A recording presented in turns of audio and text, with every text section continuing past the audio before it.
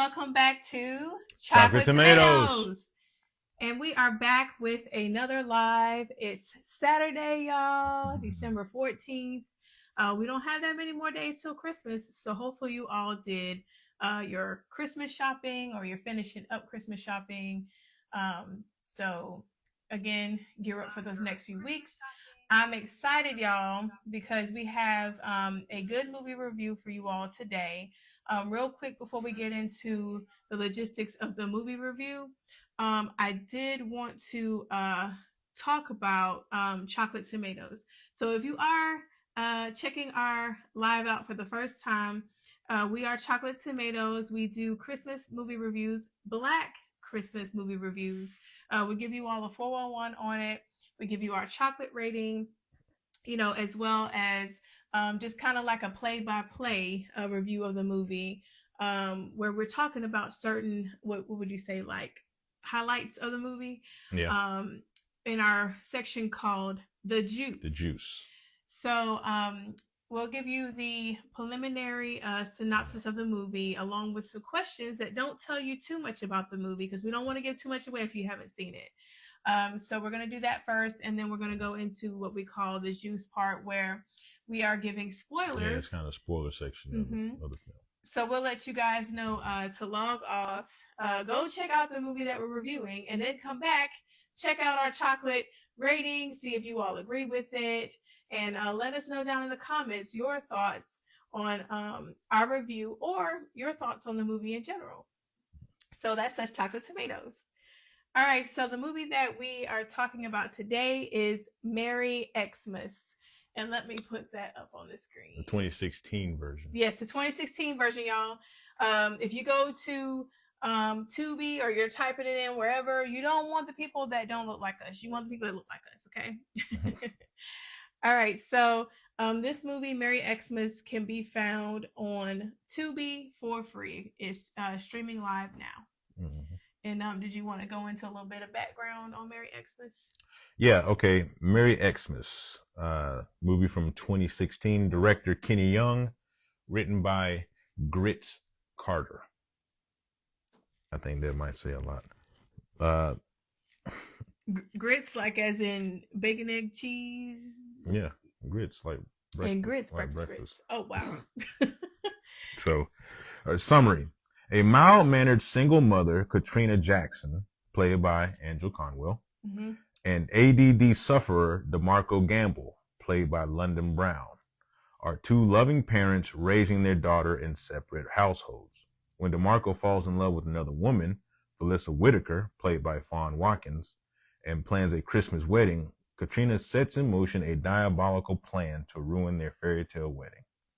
Sean Patrick Thomas, Clifton Powell, and Jason Weaver round out the cast. Mm-hmm. Right? And we know Angel Conwell from, back in the 90s. She was Baby Boy. And she was in everything, The Wash. Yeah, she was in all kind of stuff. And we know London Brown. He was in Ballers with Dwayne Johnson. Mm-hmm. We know Fawn Watkins from White Chicks. White Chicks. Yeah. Yes. Okay, she was acting a fool with White Chicks. Yeah.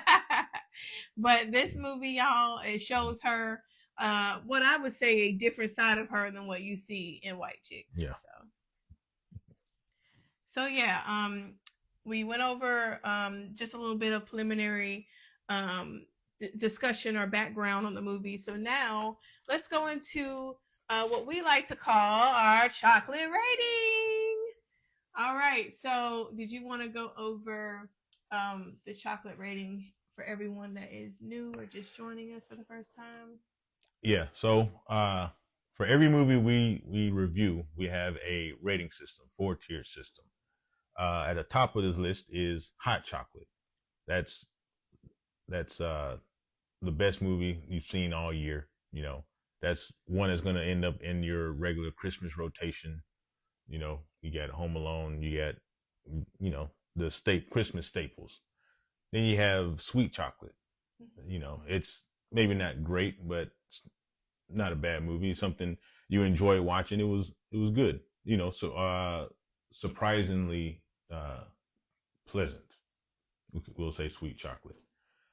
Semi-sweet, you might still recommend it to somebody. It was really something to just pass the time. There's a movie on, so you sat and you watched it. It was okay. Not bad, not necessarily good either. It was watchable. Yeah. Mm-hmm. And then you have bitter chocolate. Which means skip it all You gotta together. skip it all together, wondering why you wasted 90 minutes of your life. There's nothing to be gained by watching this movie a second time. And that's bitter chocolate. Those are the 4 tiers we have. And so we'll get to the rankings. Okay. Merry Xmas. Not much of a struggle here as far as what I rated it. And we'll go into a little bit later, especially in the juice part of our segment, why I gave it this rating. But y'all, this is a strong bitter for me. Bitter chocolate. Skip it. Don't waste your time. And we're going to go into why. And I felt like there were parts of the movie that probably, if they spin it a different direction, that they could have gone with it. It might have been semi-sweet to even maybe a sweet chocolate. Not really, but maybe a semi-sweet. But because of how, I would say mainly how the movie ended for me, how it came to a close but didn't come to a close, that was a lot of the main reason too why this movie was bitter for me. Yeah, it's an easy bitter in my opinion. But surprisingly, it's not due to bad acting. Yeah, acting is not bad in this movie. It's everything else. Everything else. The movie. It's just it's not very good. Yeah, and it's surprising that these people that you see in the movie, signed on to do this movie. Yeah. Because like you said, a lot of them have had experience in Hollywood, acting. They've had long careers, especially Jason Weaver, especially Angela Cromwell, especially Clifton Powell's in this movie. Yeah. So it's just surprising, like you said, that they read the script and signed on. I think a lot of the reason why this movie failed was the writing. The writing, y'all, was horrible. Yes, I don't know much about Grits Carter, but I don't know. He overcooked this movie a little bit. I don't know what's going on with this. Yeah. It's the writing really tanked this movie. I will even say the director, kind of like a lot of the scenes that they wanted to shoot. Yeah. It was like the cinematography. It's almost like, why did you shoot it from that angle? It was an awkward angle. It was a lot, and the angle, the angle they took for the movie as a whole, just when they could have gone a different way with the movie and made it a lot better, in my opinion. Yeah. It just what they chose to do with these characters it didn't work. Not at all. All right, y'all. So you've seen the chocolate scale. You've heard our chocolate rating on this movie. Now let's dig a little bit deeper into this movie with our preliminary questions. All right. So we kind of touched on this a little bit, but how was the acting in this movie? The acting was fine. Like I wasn't disappointed with anybody in the movie. They all did about what you would expect from them after seeing them and the careers they've had. None of this was their portion of the movie was not disappointing at all, in my opinion. Not for me either. I will say, what about the acting between the main characters? Well, I mean, really, again, this goes to the writing. Who are the main characters? That's the thing. If you look at the cover and if you read the summary and we'll of go the back movie, to the cover real quick. It's pretty clear who they think the main character is supposed to be. This is not the case. No. Katrina is not the main character of this movie. No, she's not. They kind of build it to be that way initially, but like you said, it quickly turned from her, the focus from her to him. Yeah. And even when she does start to become, the I guess without giving away too much of the movie, even when she does decide to make a turning point in the movie, it's like almost halfway through the movie before you really start seeing her in action. And I guess I was really disappointed in that because, like you said, if you have her blown up on the screen like that or on the promo, card like that, you expect to see her a good bit of the movie or a good deal of the movie, and you really don't see her like that. So that's something to keep in mind, folks, when checking out a lot of these movies in general. a lot of times the person that they're pushing, Yeah, you really don't see like that, and it's so disappointing. I just want to talk about real quick. This is not a Christmas movie, but just to talk about what Corey and I was laughing about the other day with Stomp the Yard, how Chris Brown was a big pushing point for that movie. Yeah, he's doing all the promo for the movie, on all the TV spots, doing interviews, this and that. And you're thinking he's gonna be a big part of the movie, and then what? He don't even last 5 minutes. 5 minutes, and he like, is. What? It's over with. I laughed so hard in that movie. I was so sad. I'm like, what in the world? Like, y'all push Chris Brown, making us think we're gonna look at him the whole time on the screen, and then boom, he's gone. Not even 5 minutes into the movie. So I thought it was a joke. I was like, nah, he's not. He's not really dead. Really maybe he's gonna pop up in the next scene in the hospital or something, you know. But that's nuts. But neither here nor there. That just kind of what that took me to, or reminded me of, was that. Let's talk about, okay, so who would you consider to be the main characters of the movie? DeMarco and Valissa. Yes. Yeah, Fawn Watkins' character. In my opinion, the movie is about those two. Yeah.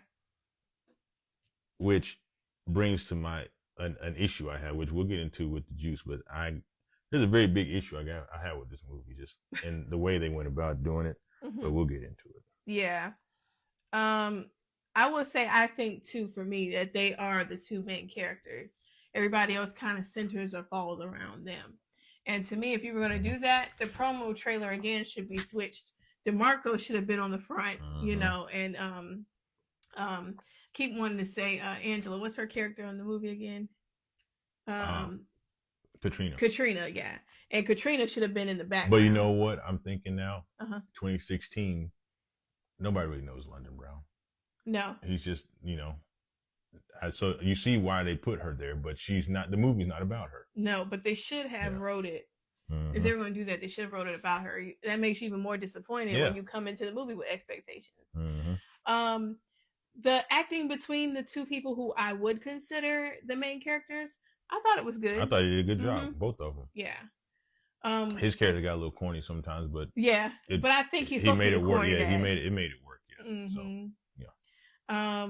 I will say sometimes the jokes, like you said, were a little off-putting or corny, but you know, other than that, you know, the movie was fine. I thought the acting between you know, DeMarco and Valissa, you know, were great. All right, so let's talk about how this film made you feel. Very disappointed. I was about to say resentful for me. Yeah, very disappointed in this movie. It just because it could have gone a different way very easily, and I feel like it would have been a much more enjoyable experience. Yes. So it's very disappointing. Yeah, I definitely have to agree with Corey on that one. You know, like he was saying, this movie could have went a totally different way, and like I said, been a semi-sweet, maybe even sweet watch. But just the way they did things, and like Corey was saying, we'll talk about that in the juice without giving too much away. It definitely made this a bitter watch. I definitely, after, like you said, 90 minutes of watching this and trying to get through it, I was very resentful. And I will say, even for me, maybe the last 30 minutes of the movie was kind of hard to get through, you know? It was just all over. It was way too many, like, variables. Coincidences, like, I just... And it was obvious. You could tell, obviously, like, they realized we're running out of time, you know, budget, and we don't have an ending for this movie. Yeah, and I was going to say, y'all, they throw everything at you at once. And it's just like, whoa, like you can't do that, you know?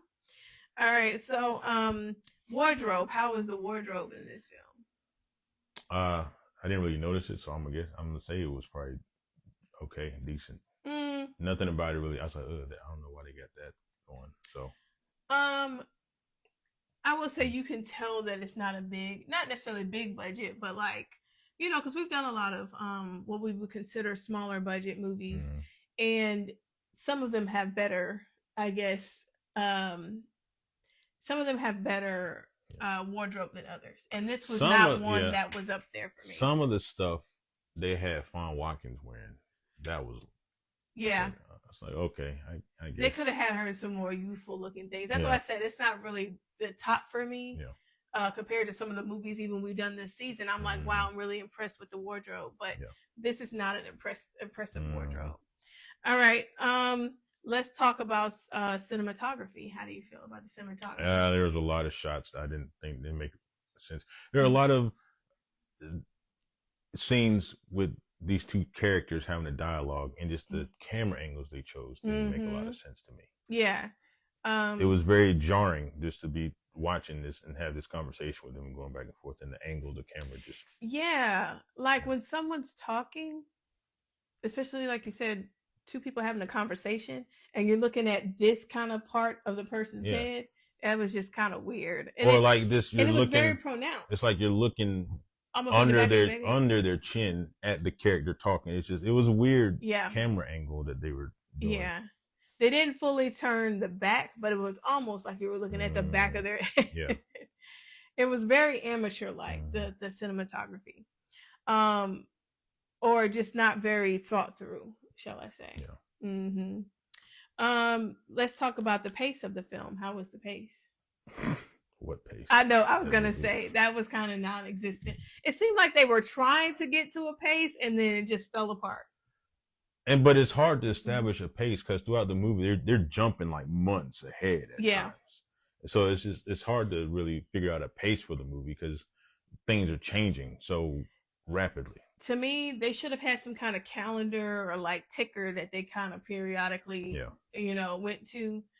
So that way, like you said, the audience would know, okay, how long has it been since y'all dated? Yeah. You know what I'm saying? Because if I remember correctly, there was a moment like they had the little graphics in February, and then like a couple of scenes later, it's supposed to be almost December. Yeah. So you don't really know where all that time went and what was going on doing there. So yeah, and it's very important because you're like, okay, have they been dating for 3 months? Has it been a full year yet? Yeah, like that's very, very soon, So just a few more preliminary questions here, and then we're going to break out into the juice part of our segment. So let's talk about do you think they completed the story they were trying to tell? Yes. They completed the story that they told, but I'm not entirely sure it was the story that they wanted to tell. Because you get a full story arc with DeMarco. Yeah. I'm not entirely sure you get that from Katrina. So, like, who are you trying to tell this story about? Yeah, I was going to say Katrina's character definitely had a lot of plot holes for me. DeMarco's, like you said, for the most part, they answered his plot holes. But one thing I will say that was very pertinent that they should have answered was, how in the world did Melissa 1 minute she's single and then boom, she's not, Yeah. So that's, and not only that, one of the characters asked her, who she's dating, and he says somebody different. Like she was dating a Marcus. And I want to say later on, he says like Curtis or somebody. Yes. So like how many people was she dating? Yeah. And, was she like, what is her standing, I guess, It was very confusing. Okay, so I know we've talked about a lot of the bad of the movie, but is there anything out of this movie that you liked besides the acting? Little girl did good. Yes, she did. Yeah, she did do good. I can't remember her name, but yeah, she did well. I don't know if I don't remember seeing her in anything else. Like she didn't seem familiar when I saw her, so no. I don't know if she has been doing. I can't recall either. But yes. But no, the acting is because everybody does good. Sean Patrick Thomas does a good job. Clifton Powell does a good job. Fawn Watkins does a good job. Yeah. London Brown does a good. They all do a great job. Angel Conwell, they do an excellent job with what they're given. Yeah. They're just not given a lot. No, not at all. Okay. Now we talked about what we love about the movie. What did you hate about the movie? Like what is one thing in this movie that you could pinpoint that you hated without giving away too much? The way they decided to portray the Katrina character. Yes, that's a big one for me. That was egregious. That was almost unforgivable. And just for, I guess maybe it's personal reason. I guess just a personal feeling. The way I feel about it. I don't think that I couldn't get past the way they decided to portray her. One thing I hated about the movie, and I do agree with you, I don't like the way they portrayed her. But one thing I hated about the movie that I feel like kind of ruined it for me a little bit was Katrina's friend. I felt like they went a little too overboard with with her character, almost so to where it was cringeworthy. It wasn't really funny, but to me, had they added little kind of one-liners in, sprinkled them in here and there, it would have been funny. But I feel like they kind of went overboard, with her character. Yeah. So that's one thing I did hate about the movie. Would you say necessarily was her acting, or maybe it was just her?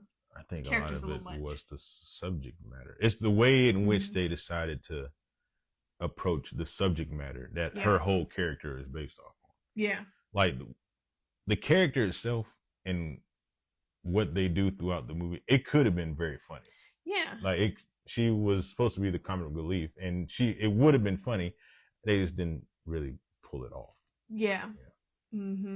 I think they just went a little too overboard with her and trying to, pull her into that role that we'll talk about later. But I feel like had they cut down on a little bit of the fluff or the jokes, it would have helped out the movie more. Yeah. All right. Did you notice any potholes? I think we talked about one. Two. Like who exactly was without giving away too much of the movie. Yeah, who exactly was Valissa dating? And how much time has passed in this movie? Yeah. And like the it's not even the final scene, but toward the conclusion of the film, just that huge meetup, that was horrible. It was terrible. It was horrible. But I don't know if you really call it a plot hole, but that was ridiculous. It was just something you didn't like about the movie. Yeah. That was definitely a scene that stood out for me. The ending was definitely a scene that stood out for me.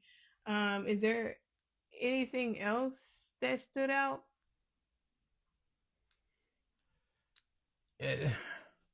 Oh, the music store. And we'll talk about that in the juice. That stood out for me. The music store? Not really. I don't really know like to what the extent of somebody with ADD, how bad they can really get. Because I don't have it. I don't really know anybody that has it or that I know is suffering from it. But like some of the stuff he was doing, that was really bad. I have no idea. I'm like you. I've never heard of it being have it, and that bad. Yeah, and I don't know anybody that has. So that I'm not quite sure about. But you can almost understand, like, who could put up with that? Yeah. Constantly. I mean, audience, answer our question.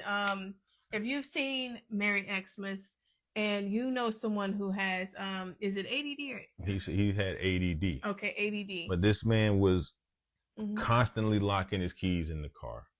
He's he's constantly forgetting important dates. He's constantly late to pick up his kid from school because he's forgetful. He's very extremely forgetful. And if that is true, if that is a real like side effect of ADD, like severe ADD, then I feel for anybody that has it and anybody that is in a relationship with somebody like that, because that is relying. Tough. Relying on someone. Tough. Yeah, that is very tough. Yeah, let us know, audience, if you know someone that has ADD or if you have it yourself. Is being forgetful or extremely forgetful a side effect of ADD? Like chronically forgetful. Yeah, I don't know what you would call that, but yeah, I would just say forgetful.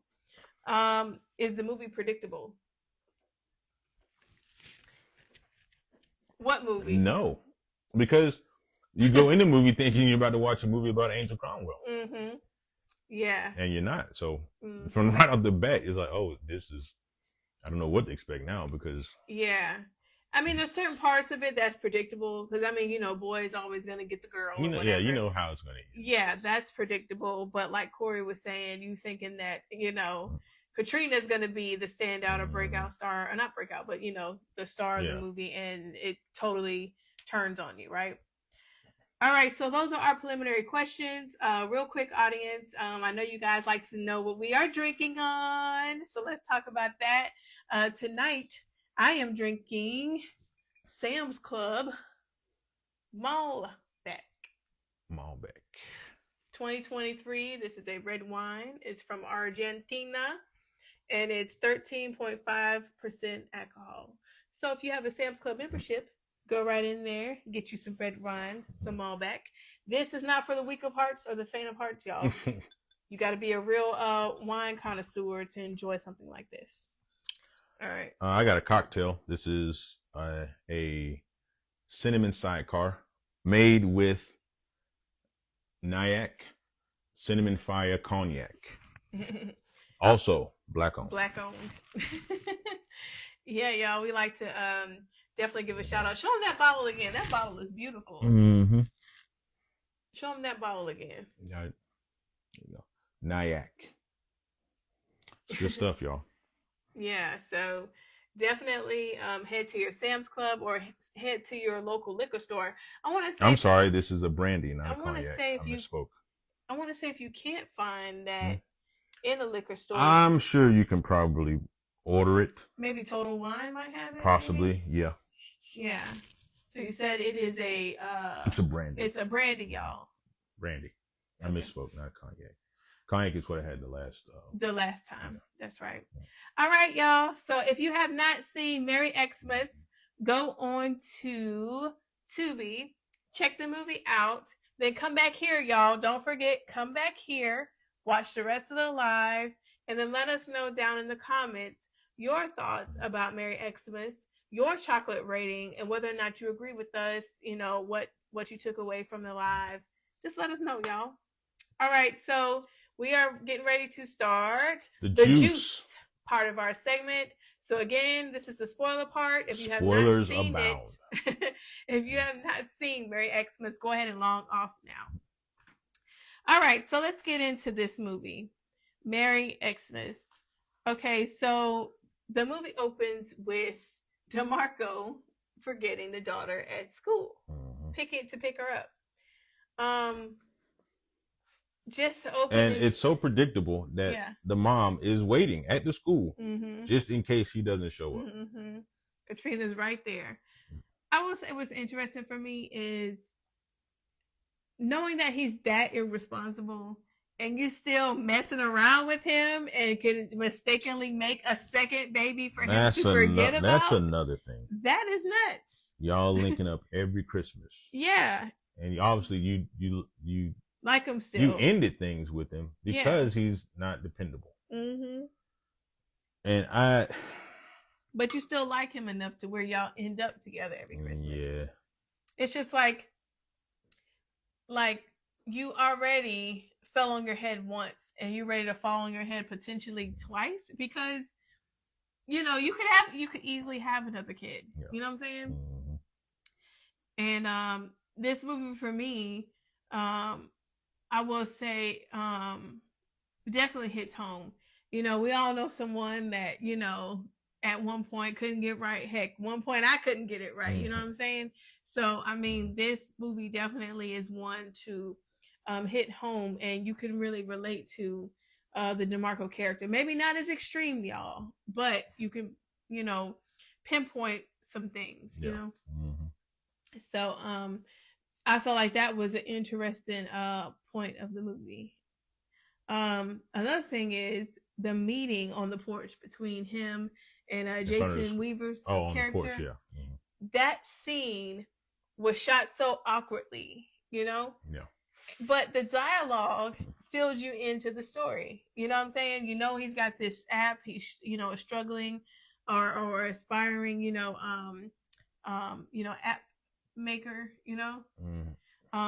that him and Katrina are having problems, but they still are messing with each other, every Christmas, Are you gonna mess around with her this Christmas? And he's like, no, man, I'm being focused. Yeah. You know how he feels about his daughter. They kind of dig a little deeper into that. Yeah. But the thing about that really gets me about this movie is you have this woman, this single mother. Right off the bat, you show how incompetent the father is. So you know that she's been doing, the kid's got to be what, 10, 12, somewhere around there. She's been doing all the heavy lifting as far as raising this kid. And rightfully so, she's kind of fed up with DeMarco because he's unreliable. Understandably so. So, but you decide to take the movie in a direction to where she's the vindictive, bitter ex. Yeah, she's the villain. And it's just, I don't know, it didn't sit right with me. So now we're supposed to feel for this guy who hasn't done anything right as far as for the last 10 years. He didn't have any redeeming qualities. Yeah. But because you made her decide to take action that was so unnecessary. So now we feel for this guy instead of feeling for her. Yeah, he didn't have any redeeming qualities, and she had all of the, like you said, qualities that you would look for in someone to like out of the film. Yeah. I mean, she was taking care of the little girl. She was making sure she picked her up, even when her father didn't come through on things. And it's just like, how am I supposed to hate this person or not like this person, So that was definitely a drawback of the movie. They should have gave her less redeeming qualities if they were going to spin it that way. Yeah. They should have gave her less redeeming qualities from the jump. Her not letting DeMarco see the little girl and she's taking her to Disney World instead is not anything that's going to make or break how I feel about the character. You know what I'm saying? Now, had she been keeping the little girl away all along and just kind of sprinkling in when they were going to see each other and he couldn't pick her up from school and things like that, then I feel like then you could feel more for DeMarco. But the fact that, like you said, Katrina was doing everything right and DeMarco kept messing up, it's hard to like someone like that. So let's talk about the next big scene where Katrina ends up taking the daughter to Orlando and leaving DeMarco behind. He thought he was going to get a little girl Christmas presents. He thought they was going to decorate the tree together. Well, it had been established. Yeah. He was supposed to come over to help decorate the tree. He brought presents. She was supposed to be playing the cello for him. And then he gets there and the house is empty. Yeah. He also thought he was going to get lucky, possibly. Yeah, he thought that too. But she did say that was not going to happen. But then, so he's on the phone with her. He's on the porch, on the phone with her. She's there in Orlando. Yeah, that was a heartbreaking scene. I think it did what it needed to do. Because, again, everybody can relate to something out of that scene. And it's just like another reason why this movie is just gets a bitter rating. You claim that the movie is about her. Yeah. It's about her trying to sabotage his relationship. But from the very beginning, all of the development is for DeMarco. He has the one-on-one talk with Perry on the porch. So you get his backstory. He runs into the girl. And so the relationship is starting there. They get the one-on-one time to where you're developing this character constantly. And you never see the Katrina character until she finds out he's got somebody. Now she's jealous. There's no development for her, but she's supposed to be the star of the movie. There's a little bit of development, and it's kind of confusing when they introduce her mom. That part kind of threw us off as well. But see, even that's not really development because you don't get the gist of that until the end of the movie. And even still, you still kind of don't get the full circle moment that you were hoping to have out of that. I will say, for me, even the scene, where he's supposed to come over to Katrina's for, Christmas, how much time has passed, because they were supposed to decorate the tree together and they never answered that question. So did they get to decorate the tree together? Yeah. I felt like that could have been another. And I'm pretty sure she had that tree well after Christmas. Yeah. Because there was shots of it in the house and it still hadn't been decorated. Yeah. So it's just, yeah. I don't know. The movie's all over the place. It is. And it's like, I don't know if it's not decorated because they were supposed to, it's a blooper and they were supposed to leave the tree out, or is it supposed to be there to say, hey, they didn't get to decorate it? It was very confusing. The way this movie went, there's no telling, you know. Another scene I want to talk about, or the next big scene, is the music store. Yeah. Mm-hmm. How do we feel about the music store? About this man losing his child and then can't even say what she looked like or what she got on. I know, that was crazy. And she's trying to help too. All right, well, what does she have on? I don't know. A blue jacket. A blue jacket, I think. Your daughter clearly has on a pink jacket. What she look like? She black? Black girl. 10 years old? That was crazy. Okay. And see that right, that's not forgetfulness. Yeah. That's just you not paying attention. No. I think he's too consumed with himself more so than the daughter at times. But, you know, he tries to mean well, I guess. Yeah. Mm-hmm. You can tell his mind is in other places besides where he's supposed to be at, you know. The fact that Melissa had a man in the store, and then in the very next scene or big scene, I would say, where he goes to the church and finds out, oh, I'm not dating him anymore. It's just like, okay, how much time has passed to where you are entertaining this guy? Has it been like a week or like? Yeah, it almost seems like the next day. Well, not only that, at the music store, they're about to go their separate ways. Mm-hmm. So he stops her because he don't have a number or anything. He's like, can we exchange numbers? Can we see? Well, he says, can we see each other again? So she reaches. She's a dentist, so she reaches in her purse, gives him a card. You know, and if you need a dentist, here's my number. Yeah.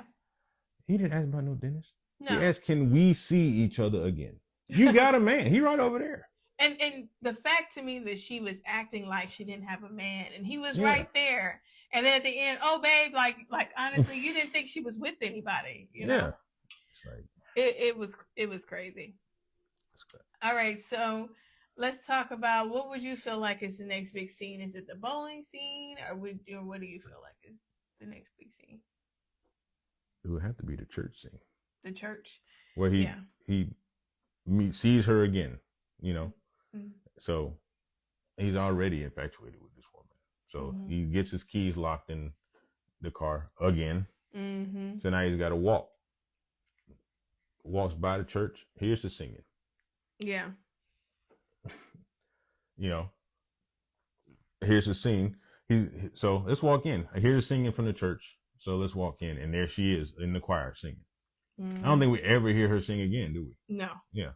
No. So there's a fortuitous meetup. Mm-hmm.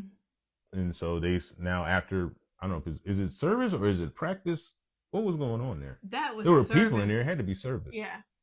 I will say I like the fact that he kind of accidentally stumbled upon her walking home. That was kind of nice, like in church. It might have been a little predictable. But what are the chances? Yeah, it might have been a little predictable and a little outlandish. Like Corey was saying, what are the chances? But it's not like we haven't seen that before. Yeah. You know, I thought that was one of the better points of the movie. But that's a scene where you get more backstory for both of them. Mm-hmm. You know, now you know that she's single. Mm-hmm. Now you know that she wants kids. She just hadn't found the right guy. Mm-hmm. You know, now you see that he wants to be a good father. He's just not good at it. Yeah. Yeah, it was kind of nuts. So let's talk about the next big scene. Okay. There's nothing really much to talk about with the bowling scene. I feel like, I mean, that's just kind of she played him. Yeah. She told him that she didn't know how to bowl. Yeah, he's over here. Yeah, trying to teach her everything, but she knows what she's doing. I feel like the next big scene is when Melissa meets the daughter. And the daughter ends up going home and brushing her teeth. And Katrina's like, girl, what's taking you so long brushing your teeth? It never takes you this long. And she was like, well, Daddy's friend. Wait a minute, Daddy's friend? Miss Felissa said. Miss Felissa said. Miss Felissa? That's Daddy's friend. Y'all, this is where it gets real in the movie. This is what I feel like makes Katrina tick, or it's like a turning point for Katrina. Yeah. After all of this, development for these other characters, now we're actually getting to what the premise said that the movie was about. And like I said, I feel like you're almost halfway through the movie before you get to the point where Katrina is doing what the title says, being the ex during, Christmas, so to speak. This movie's not good. No.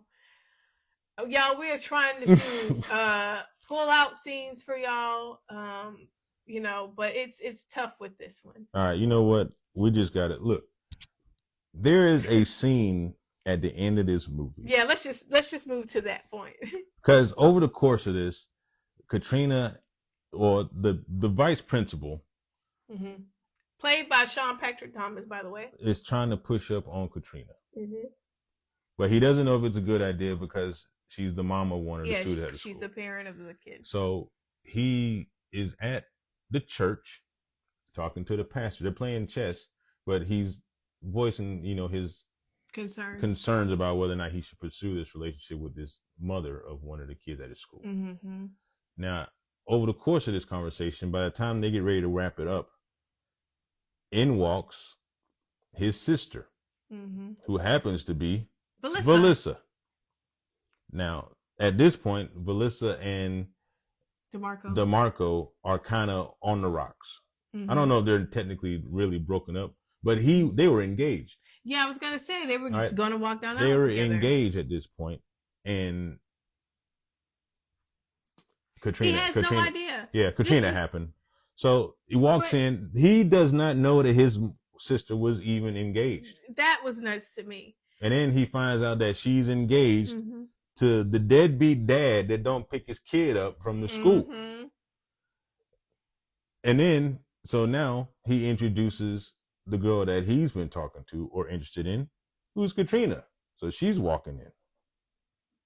And then, but Katrina's been the one that's been stalking her. That's been Katrina has been worrying his sister to death. So now they're all here. And not only that, DeMarco has been praying over this relationship, trying to figure out how to make it work. And while he's at the church praying, he runs across this older woman who is also in there praying, and they have a heart-to-heart, and they reinforce each other's belief that they're going to be able to work this out. Now, who is this older woman? Katrina's mama. It was just too much happening. Yeah. So now everybody is in the front of the church, just hashing all this. This is ridiculous. It is. It is ridiculous. It's too convoluted. It's too much happening at once. To me, it would have been a better movie had they left Katrina's mom out of the equation. That was awful. Probably.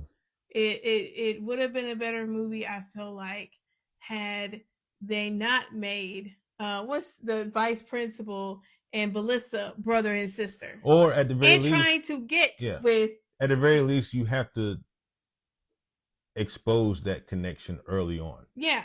Maybe they met for coffee, and so they're talking about these two people that they are attracted to. But they don't name names, or they don't get into specifics. Yeah. But they each know that these people exist. But I just thought it was too convoluted with them even making them brother and sister. To me, you should have picked one of the dynamics and ran with it. Either you're going to talk about Katrina's mom, or you're going to talk about them, like you said, being brother and sister and meeting up early on in the coffee shop, telling each other about, the significant others. I didn't like the fact either, like, why do y'all feel like y'all have to hook up with baby mama and baby daddy? You know what I'm saying? It as brother and sister. Yeah. Like you're going to be different. I don't know. It's nuts to me. This was bad. Yes, y'all. Do not waste your time, or at this point, you've seen Merry Xmas, but do not waste your time. I hope you all appreciate watching this movie. I sat through this movie twice. so that I could give this review, Mm-hmm. so that I could tell you, do not watch this. Yes. Most movies, we like to sit through at least 2 times, sometimes a third time, Yes. because you can pick up things that you haven't heard the first time. And well, you want to try to give as accurate a review as you can. Exactly. So you have to watch it more than one time. So you just go off your first gut feeling, and then, well, that's not really accurate. Mm-hmm. No, this is not a good movie. Mm-mm. Not at all. Do not recommend this to anybody. Let us know your thoughts, though, down in the comments below. Again, guys, I think we're wrapping up here for tonight. Did you have anything else you wanted to say about Merry Xmas? I think I've said all I need I think we've said everything that we can say about this movie. I did want to talk about our movie for next week, y'all. So let's go over that real quick. Give me just 1 second here, and I will pop that up on the screen for y'all. So join us next Friday at 9:30, and we will be reviewing the 12 Days of Christmas. This movie is on Tubi as well, so definitely check it out. I'm actually looking for the promo card for the 12 Days of Christmas, but I can't locate it at the moment.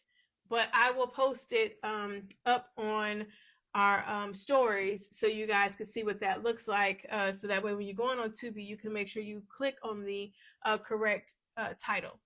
I will say I believe this is the only movie named that. I thought the name of it was kind of creative, given what it's about. Too many people making a movie name that.